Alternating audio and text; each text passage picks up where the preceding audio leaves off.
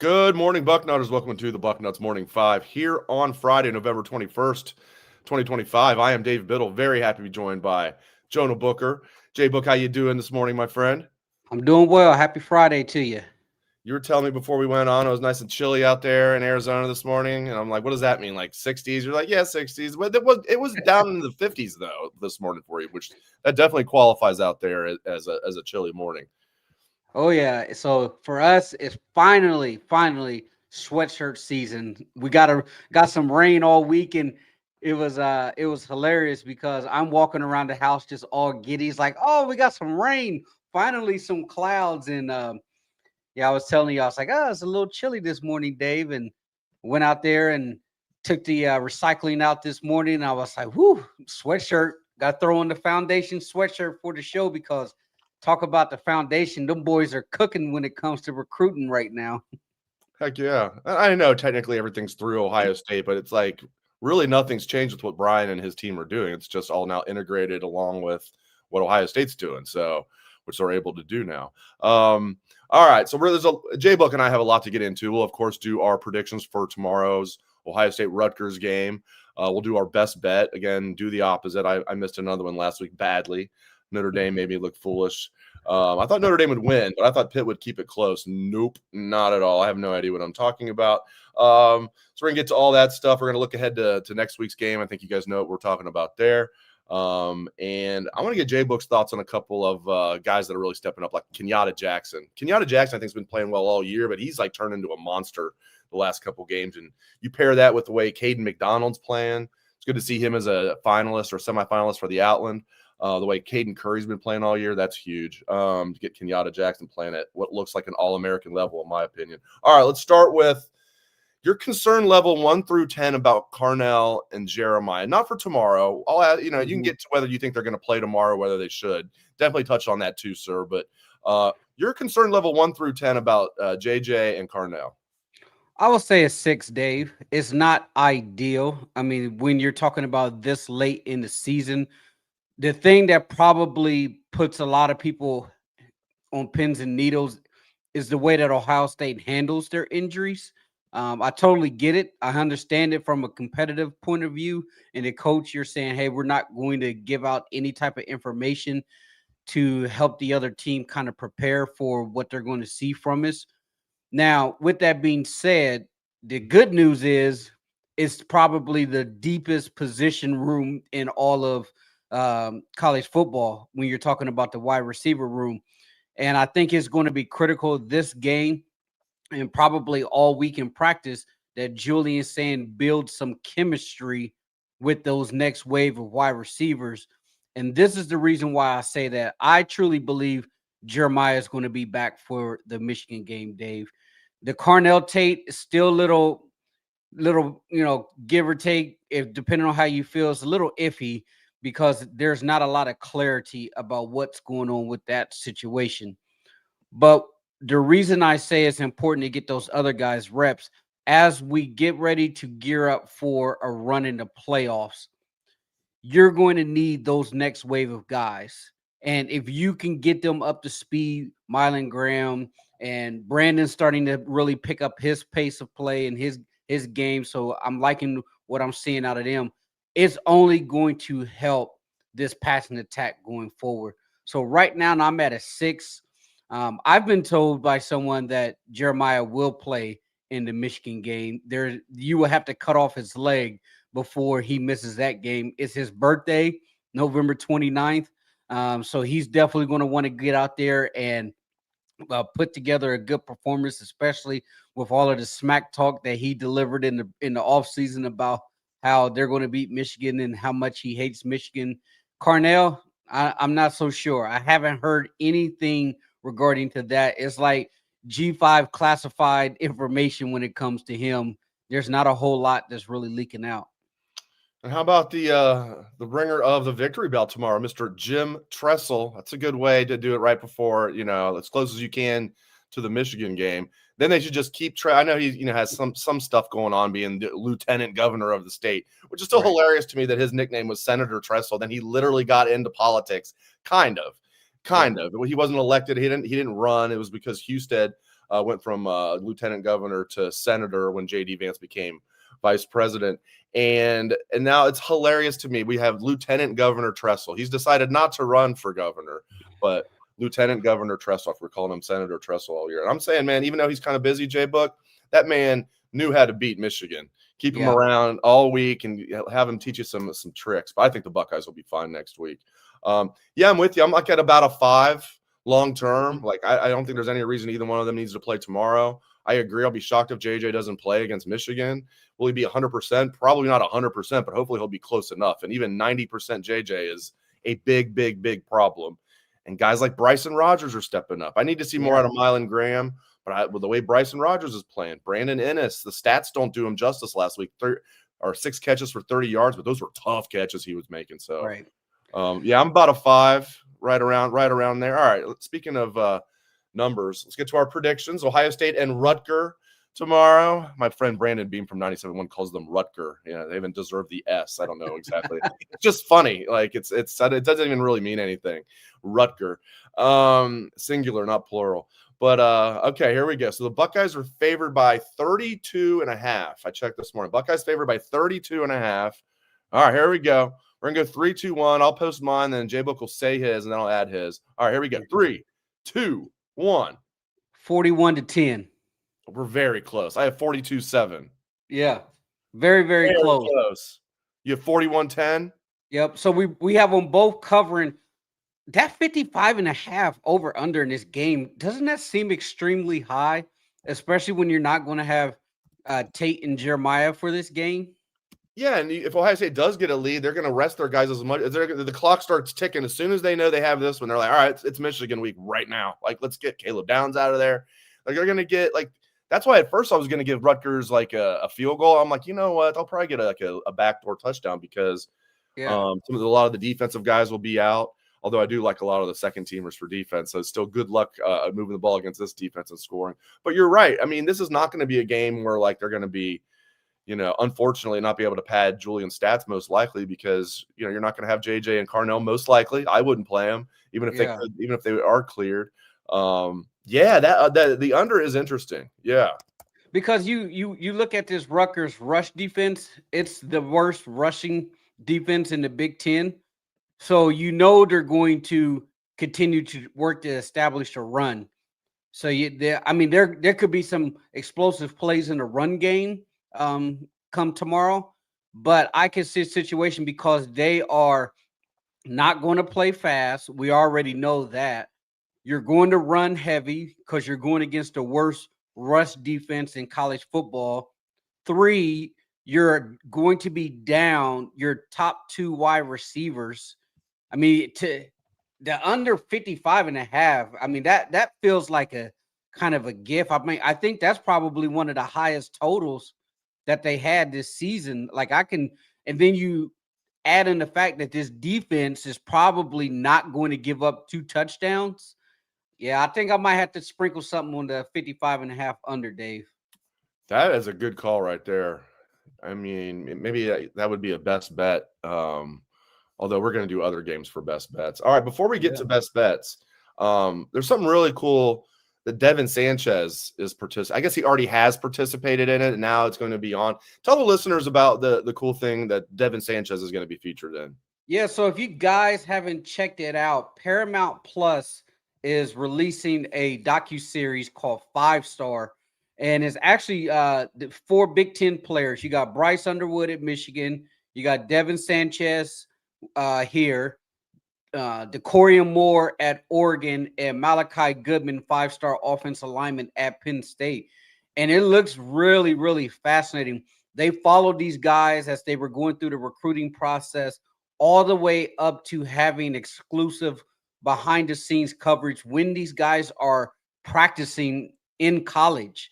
So they followed Devin around, and I think Mrs. Sanchez is in there as well. I saw a clip of that. So I'm very, very fascinated to see this. I think it's going to be an awesome show. And kudos, finally, the Big Ten does something correct. Like giving behind the scenes access to this, I think is going to be really eye-opening to kind of see the life of a 5-star prospect and seeing them take that jump from the high school level to the collegiate level. So I'm looking forward to seeing this. So check it out on Paramount Plus and support our very own Devin Sanchez. And by the way, you get Paramount Plus free with a Bucknut subscription. Boom. How about that? I mean, it's just $9.99 a month for Bucknuts, which I think is a great deal. You can read the other sites on 24/7 Sports, the VIP content. You can get on message boards on other sites and read. Sometimes you can't post on the message boards, even if you're a Bucknut subscriber on other message boards. But let's say after the Michigan game, you want to get on the Michigan site and read all the VIP posts of them crying after Ohio State beats them. You can do that. So it's a great deal. And then you get Paramount Plus on top of that. You just took the words out of my mouth, Dave. One of the best perks about having access to the Bucknuts is, especially, you're going to want it next week to go into the Michigan boards. And after Ohio State gets the monkey off their back, gets that win, the epic meltdown and the crying from their side, it's going to be, grab yourself a coffee if you got 35, 40 minutes and just bask in it, because it's going to be glorious. When we beat Penn State, I mean, I probably spent just an hour of free time over there. They probably had like a 200 to 300 page thread just talking about how they can't measure up to Ohio State, what's going on with our program, just an epic meltdown. And you see it all across college football as we gear up for the playoff. Having that access to be able to read other teams' boards is very fascinating. Pretty cool feature. No doubt. Just enjoy their misery. It is what it is. And they've been enjoying our misery the last 4 years. So it's time to turn that around. All right. Let's get to our best bets. Again, if you're out there, if you're actually putting money on this, do the opposite of what I'm going to say. And definitely, if you're going to go with what I say, definitely don't put a lot of money on it. All right. I've got, okay, the band is on the field game. I've got Stanford plus 3.5 against Cal. A couple of longtime ACC rivals. Stanford and Cal, they're in the Bay Area, right there in the Atlantic Coast Conference. What have we done? Everybody's going to go, well, the Big Ten caused it. The Big Ten was really trying to respond to the SEC wisely getting Texas and Oklahoma. And I still am okay with what the Big Ten did. All right. So I've got Stanford plus 3.5 at home against Cal, plus 3.5. So everybody out there, take Cal to cover. No, I've got Stanford plus 3.5. What do you got, my friend? I got Kansas at Iowa State under 55.5. Another very high total here, Dave. And I went to that Kansas-Arizona game 2 weeks ago, and Kansas' pace of play is slow. I mean, talk about 3 yards in a cloud of dust. They don't trust their quarterback, Daniels, to throw the ball more than 10 yards down the field. You're going to Iowa State. It's going to be cold. It's going to be frosty. I think the 55.5 is extremely high total for a team, especially with Kansas, who likes to milk the clock, utilize the run game against the Iowa State defense that's fairly competitive. And Iowa State doesn't have necessarily the explosive offense as well. So give me that 55.5. That might be my 2-team parlay, the 55.5, Kansas, Iowa State with Ohio State and Rutgers. I might have to do a 2-team parlay with the 55.5s. I'm gonna do that too. If I had my it would take, I guess, 5 seconds to pull it up. I'm curious what that would pay out, that 2-leg parlay. If you're crazy, then do Stanford plus 3.5. No, don't do that. Don't mess it up. Do the under, Ohio State under for what was it? Kansas and Iowa State. Yeah, I like that a lot. Kansas, Iowa State under 55.5. Yeah, I like that a lot.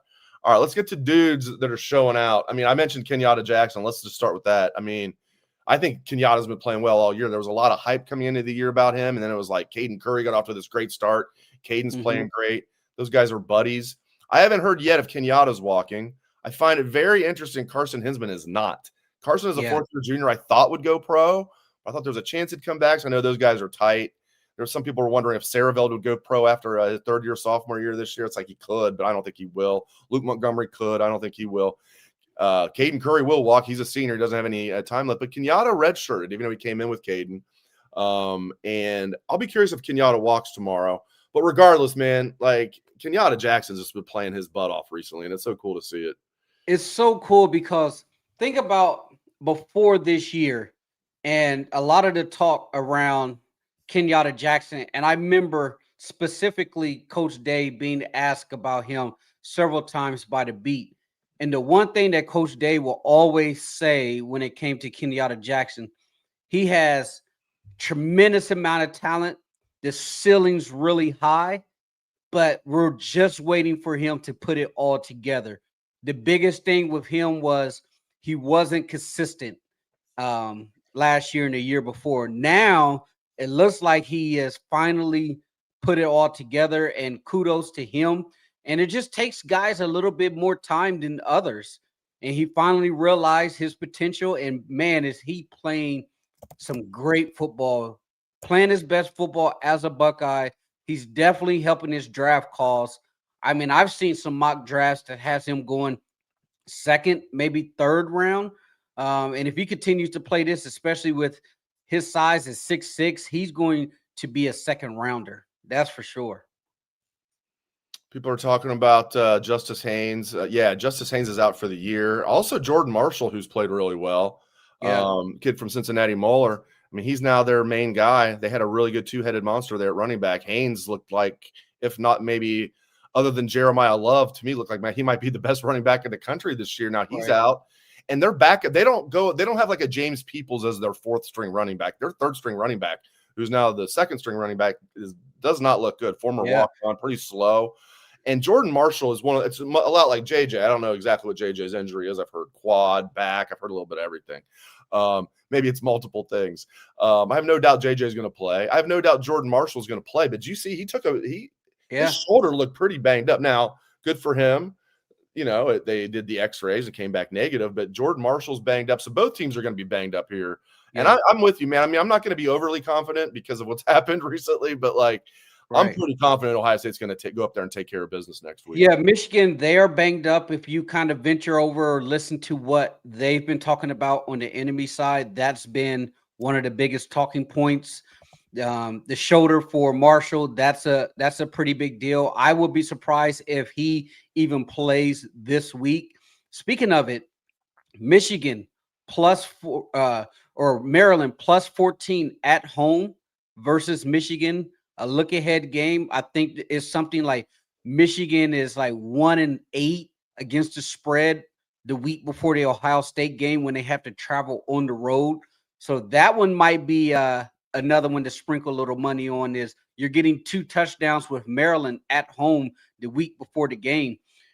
So I'm looking at this Michigan game, Dave, and yes, Ohio State, they're banged up, but I think Michigan have been suffering far worse injuries. Like they have been tapping into their depth to where they're having to rely on a lot of freshmen right now. And I think right now, when you look at Michigan's roster over the last week or two, I think they had the youngest roster in college football as far as starters. So if you're Ohio State right now, like, hey man, it's time to strike. I know the Michigan faithful, they've been up in arms at Jake Butt because he came out and said that he's picking Ohio State to win this game. And well, Jake Butt is probably one of my favorite analysts, and he's just calling it like he sees it. He just calls them balls and strikes.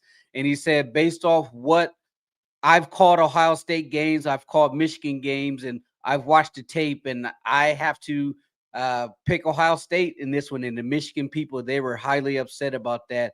What do you think about Jake Butt's breakdown? He said that it's psychological with Ryan Day, and he thought that Coach Day made a huge error last year, saying that, hey, going into it, talking about whoever wins the rushing battle, that's the team that's going to win the game, as opposed to, hey, let's operate Ohio State in our full capacity, which is we set up the run from the passing game, and let's put a lot of pressure on Michigan's secondary. And then if you can stop that, we'll see if we can get a light box. Jake Butt said that was a mistake. Ryan Day should have never said that or even came in with that type of mentality, because that played into the trap that Michigan was wanting to set. And that was their only way that they could have won that game last year. And Ryan Day walked right into it. I agree 100%, and not just because I've been saying the same thing for about the last 12 months, because it was the most inexplicable game plan that I've ever seen, and then even worse than that, offensive game plan. Yeah. And then even, but I even part of me is like, okay, I can kind of see it. They thought Michigan was terrible. We're gonna run. We're gonna show them. We're gonna win the game, and we're going to beat them at their own game.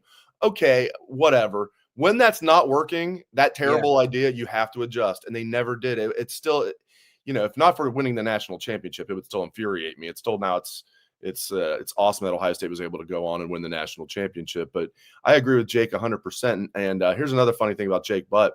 I have never seen anything close to this, where every Buckeye fan that I know, I'm sure there'll be somebody in the chat that says they hate him now that I'm saying this. Every Buckeye fan I know is like, I really like Jake Butt. And I even said this to Jake it was media day of the national championship game last year. So it was 2 days. I don't think it was the day before. I think it was 2 days before the national championship game last year in Atlanta. I went up to Jake. I said, hey, I introduced myself. I said, I have a funny story to pass along to you. I'm like, I've never seen a Michigan guy so beloved by Buckeye fans. I'm like, are you aware of this? He's like, no, I'm not really aware of that. And then we talked a little bit. I'm like, everybody just talks you up. He's like, that's really cool. And I'm also of the opinion he's a local kid from Pickerington. If Ohio State would have slow played him, if they would have offered him when Michigan offered him, certainly if they offered him before or even right after, they offered him like months later, I'm still convinced Jake would have been a Buckeye. Yeah. I'm convinced of it. He'll never admit it, but I'm convinced of it. All right. Go ahead. I was going to say the other thing, that whole mantra of whoever wins the rushing battle wins the game. And when he said that, who was parroting that around. And I know he got in his ear to say it. And it was Urban Meyer. Because Urban strongly believes, and Urban never lost to him while at Ohio State. But if you listen to Urban's podcast leading up to that game and a lot of his media availability, that was the one thing that he always parroted was whoever wins the rushing battle wins the game. However, when you look at today's era of the game, it has changed compared to when Urban was the coach. Ohio State's team and offense wasn't built the same way that it's built right now. And when I heard him say it pretty much verbatim, what Urban was saying, I was like, oh yeah, Coach Meyer told him like, there, you got to win the rushing battle. Or if you want to win this game, history tells you that whoever wins it will typically win this game. But I'm fascinated to see how they come out this week. Like, that's why it makes it a very interesting storyline, because if Carnell and Jeremiah both play against Michigan, with Carnell being out basically a month, will they be rusty going into that game? Like, that's the part that nobody really knows, that really throws a wrench into this. But I still feel good about Ohio State going up there and getting that win. Bryson Rogers is another guy that's stepping up, man. He looks really good. We mentioned Kenyatta Jackson, Will Smith Jr. Every game, I think he's been solid all year. Every game, I'm like, okay, he's getting a little better. Will Smith Jr., it's great seeing that. And he still has 2 years of eligibility after this one. Will Smith Jr.'s turned into like not a guy that can go in there and hold the fort down when K-Mac needs a rest, but can also be an impact player. K-Mac, to me, is the best one tech in the country, but Will Smith Jr., kudos to him. Yeah. And James Peoples is playing his best ball. I mean, he was running like the rent was due last week. Like, I tweeted that out, and his brother says it's time for James to get paid. Like, not meaning like paid money, like time for James to start earning some more carries, because he's playing some of his best football that he's played all season. And I think is this rushing attack. I mean, holy smokes, Dave. Like, you literally have, if James is going to run the ball this way from here on out, you're talking about a legitimate 3-headed monster rushing attack right now. And that's why if you can get the wide receivers healthy, Ohio State is going to be extremely tough to beat, especially with the run game coming along. Luke Montgomery is another one that I had to give a shout out, Dave. I think Luke is having an outstanding season at the left guard spot. Like, anytime that they run behind him, chunk plays in the run game. So got to give him a tip of the cap the way that he's been playing as well. Yeah, those boys, those three guys, Saraveld and Saraveld struggled a little bit comparatively. How he was just dominant for like the first half of the regular season. He's given up some hurries now, but you're right. I mean, Montgomery's out there just playing nasty to the whistle. Coach Day said Carson Hinsman had 9 knockdowns during the UCLA game. He's like, it's hard to knock down a trash can 9 times in that period of time. That period of time. Those guys are just crushing it. We're not hearing anything about, the left side of the line being a problem. It's the right side. Well, I mean, go ahead. Yeah, I'm about to say the right side. They mixed in some guys, and lo and behold, the run game looked very good. Here's the thing, though, too. They're gonna probably run for another 150 plus against Rutgers. Their rush defense is horrible. The thing that I hope Ryan Day doesn't get baited into is he look at UCLA and Rutgers and be like, holy smokes, our run game is elite right now. And then you go into that Michigan game and you psych yourself out thinking like, hey, we got to run in between the tackles again instead of playing Michigan in space, instead of trying to play them in a phone booth like we've tried to do the last several years. So we mentioned Michigan at Maryland tomorrow. That game's at 4. That works out well with the Buckeyes playing at noon. Michigan, Maryland at 4. So the Buckeyes game will definitely be over by then. And then a half hour before Michigan and Maryland starts, Michigan is a 13.5-point favorite at last check. And then at 3:30, so a half hour before the Wolverines and Terrapins kickoff, we have Oregon against USC. This game is at Oregon. Oregon's favored by 9.5. Yeah. You know what? If I had to bet, I'm gonna stay away from that. If I had to pick one or the other, it does feel like Oregon's gonna win this game by 14, in my opinion. So I would. That's a lot of points to lay, but I would probably lay the 9.5. I think Oregon's gonna take care of business against a better than expected USC team. Yeah, I agree. I mean, you look at motivation factor right here. Oregon needs to win this game to stay in the playoff contention, because if they lose this one, they're still out. I mean, Oregon actually still mathematically has an outside shot to still make the Big Ten championship. They would need Ohio State loss. And then I think it comes down to like opponents' records and all kinds of little matrix behind the scenes. So Oregon still has a lot to play for. They're playing at home. And that right there is going to give you a plus 2 to 3 points playing at Autzen. Oregon's run game is really starting to come along. They actually have a 3-headed kind of running back tandem that's been performing extremely well on that side of the coast. And then you add into the fact this is kind of a rivalry game, old Pac-12 rivalry, USC at Oregon. And those guys, they have a lot of recruiting battles in Southern California. So there's a lot to like when it comes to Oregon. If I were to put some money on it, I would definitely take Oregon to cover the spread there. All right, we're going to close up shop now. Great stuff as always at a J-Book. Enjoy the chilly weather, my friend. I appreciate it. Man, I'm going to love it. Enjoy the cool weather. Then after this week, Dave, is hate week, man. Let's get through this one. Fingers crossed, healthy, no injuries this week. All of the injured guys, get your rehab, and then it's go time come next week. That's exactly right. Amen to that. Great stuff, Jonah. I appreciate it. He is Jonah Booker, Mr. J Book. Thank you. All right. Talk to you next week, my friend. All right. Sounds good, buddy. Great stuff as always at a J Book. Awesome. J Book puts butts in seats. Great stuff out of J Book. Thank you so much to everybody for tuning into the show. We appreciate it very much. Hope you guys have a great rest of your weekend. Hope you enjoy the game tomorrow. I know you're still basking. Go Bucks.